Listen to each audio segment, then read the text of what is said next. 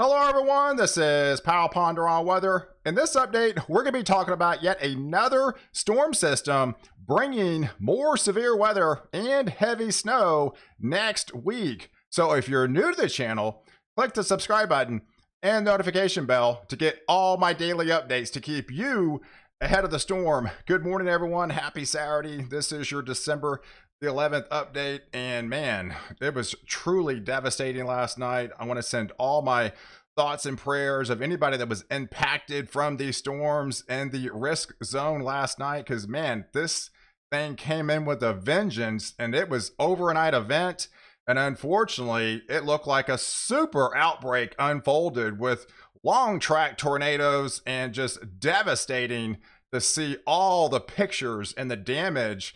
And unfortunately, the fatalities that are coming in from last night's event. So this is, it really kind of took me a long time to put this video together, guys, because it's just hard to do the weather today after what we saw last night. But here's the overall setup, what we had. This is the very early preliminary reports from the Storm Prediction Center of 32 tornado reports, essentially from Arkansas all the way to Kentucky through Illinois. We've got numerous wind reports as well as hail reports. It was a widespread event. I mean, over 9 states. I mean, we're talking upwards to over 260 severe weather warnings. It was like 120 tornado warnings, and kind of still counting. I mean, it was just devastating. I mean, there's just no other ways to describe it. I mean, here's what was forecasted from the Storm Prediction Center. They increased the moderate risk. We talked about this for a couple days. We build it up. I did 2 updates yesterday warning of the potential dangers, and it just kept on looking like it was going to be more intense with every single update. And here was the last version that it really kind of was well forecasted from this event. And it was, like I said, it was a nocturnal tornadoes. Those are the ones that are just happening overnight. It's just truly devastating what unfolded, and it could take weeks before we really get the full count of what really took place in the aftermath. But it's going to be a historic event. I mean, this day is going to be going down in history of one of the worst December outbreaks in U.S. history. I mean, it's just devastating. I mean, look at these long track tornadoes that took place. I mean, we're talking, it's a potential, guys, that this even broke the tri-state tornado of 1925 of 219 miles and 19 miles on the ground. I mean, the preliminary reports, we're talking, we had that very strong tornado that touched down in Monette, Arkansas, that it could have been on the ground for upwards to over 250 miles. And it really came out with a vengeance in Mayfield, and I'm sure you saw the destruction in Mayfield. We could have had an EF5, guys. I mean, we had debris balls at times lofting up to 37,000 feet up in the air. I mean, debris balls showing 2-mile wide signatures. That's just, I mean, looking at the pictures in Mayfield and what took place. And it went all the way into Central City, Kentucky. I mean, it's just a very long track tornadoes. It's undecided if this was exactly one full tornado. I mean, the National Weather Service still will do all the damage controls out there, but it essentially went through Arkansas, Missouri, Tennessee, as well as Kentucky. I mean, it's a quad state tornado event. I mean, it's just really hard to imagine what really took place last night and what unfolded. But this morning, luckily, the severe threat has drastically come down. It's congealed into that solid squall line that we talked about. When it hit daylight hours, it more or less, the tornado threat went down, and now we're just talking more or less kind of a damaging wind threat. There are several severe thunderstorm warnings that are attached to this system. But overall, I don't think I've seen any tornado warnings currently since I'm doing this video on Saturday morning around 10 o'clock.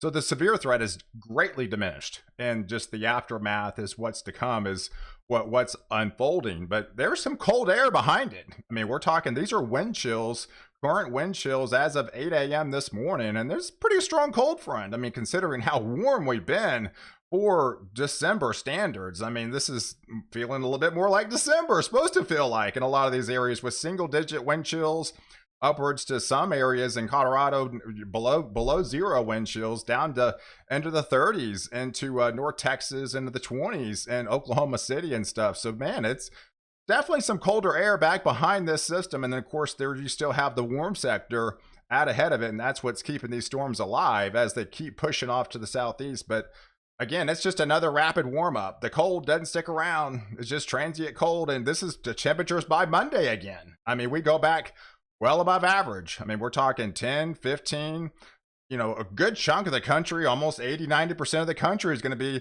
above average temperatures. And even by Monday with the wind chills they're experiencing this morning. So, but what we're watching for next week is yet we have another system. I mean, we got the atmosphere refueling itself.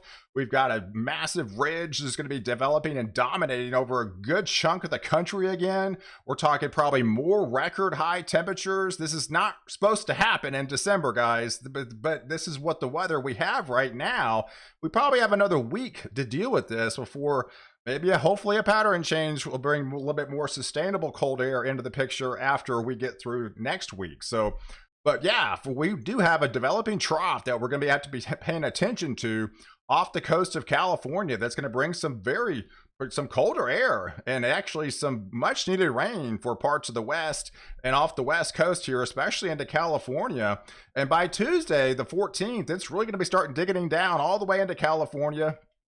And it's got a developing a trough, a pretty good trough that's going to be associated with this system, bringing all the colder air all the way down into Los Angeles with some much needed rain for LA coming back in the picture for them, as much of the country is going to be in the warm sector and plenty warm out ahead of it. But yeah, look at the surface map by the time we get into Tuesday night with those welcome rains reaching all the way down into Southern California, with more heavy snow coming back for the ski country. So it laid a pretty good swath of this week with that heavy snowstorm. It's going to lay a pretty good another little swath that's coming up next week, especially in the ski resorts, into the Cascades, going into the Rockies, as well as the Sahara. So this, for skiers, you're going to be loving it, as it's finally going to be ski season that it's supposed to be, right? I mean, we're supposed to be skiing by this time of year. So luckily, unfortunately, you get that to be coming to fruition with some added snow coming in next week as well. But what we're concerned about looking ahead by the time we get into Wednesday, I mean, look at these temperature anomalies again, guys. I mean, we're talking upwards to 20 degrees above average in North Texas, Oklahoma. I mean, we're talking upwards to 30 degrees above average in Kansas, Nebraska and Iowa, 35 degrees, 40 degrees above average. This is not supposed to happen in December, right? I mean, this is very unusual for something like this to happen, just so elevated. And yeah, I mean, it's going to fuel the atmosphere. We've got a pretty good trough. It's going to be coming in off the West Coast with those below average temperatures. And you've got that clash in temperatures that we're looking at. And the dew points start to surge again. I mean, they start to surge from the south. This is Wednesday by the 15th. And we've got that developing dive-in trough going to be coming off the west.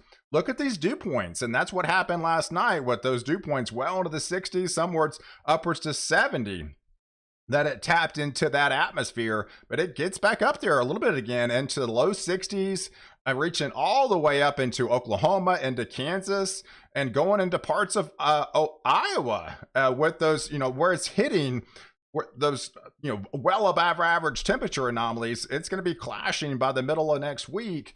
And if we look at the 500 wind index here, we've got a powerful jet streak on the north side. And so it doesn't look nearly as significant as what we just experienced. I don't want to say, hey, we're going to have another outbreak or anything like that. I'm not thinking that whatsoever, but I do feel there's going to be more severe weather setting up for the midsection of the country by the time we get into Wednesday with the dynamics that we're up against.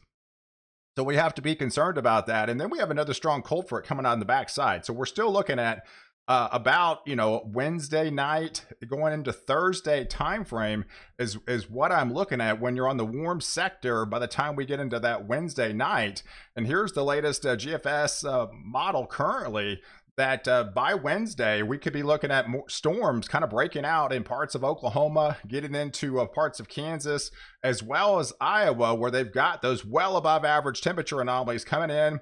And with those surging dew points and that trough coming in off the west, we're going to get that clash there. So we have to be concerned about some more severe weather coming back into play in this section of the country. But the good thing is it doesn't look like to last that long. It tends to kind of flatten out. We've got a cold front that's going to be rapidly. What made last night's outbreak so significant is the cold front lagged well behind the warm sector. And that's what made it fueled these storms from, gosh, for a good 12 hours, more than that. I mean, this is not going to be that type of setup whatsoever, but we are going to be looking at some more severe weather by the time we get into Wednesday night. And then depending on the timing of this cold front that comes through by Thursday, it could start to flatten out again and could transfer into a kind of a straight line wind threat again, like kind of like we're seeing the transition of what we're seeing now. So there's that pocket of window by Wednesday night that we have to be looking out for in the week ahead. So, but we got more heavy snow coming back, especially for the ski countries and the ski resorts out here. So this is welcome snow coming back in that arena. But for the rest of the country, there's not much snow to speak of. This is the leftover snow that's happening right now on the backside of that system, happening in Green Bay and parts of Wisconsin, that it's going to be kind of winding itself down this morning. But other than that, there's not much snow coming back in the picture for next week, as we're going to be seeing plenty of warmth, a good chunk of the country.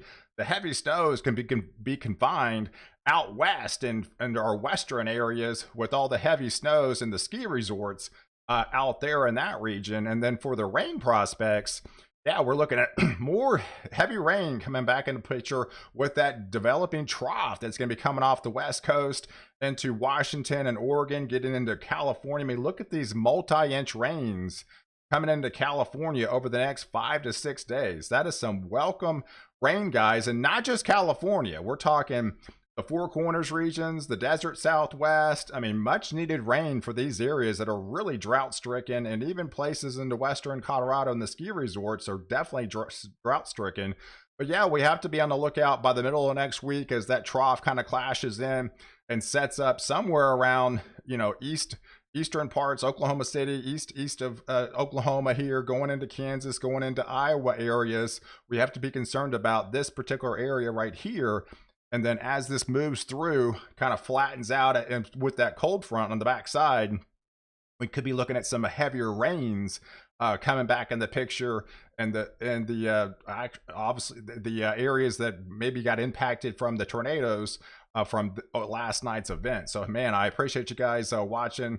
Do like this video, definitely leave your comments below, and don't forget to subscribe to my channel to catch the latest update where I protect you before and after the storm.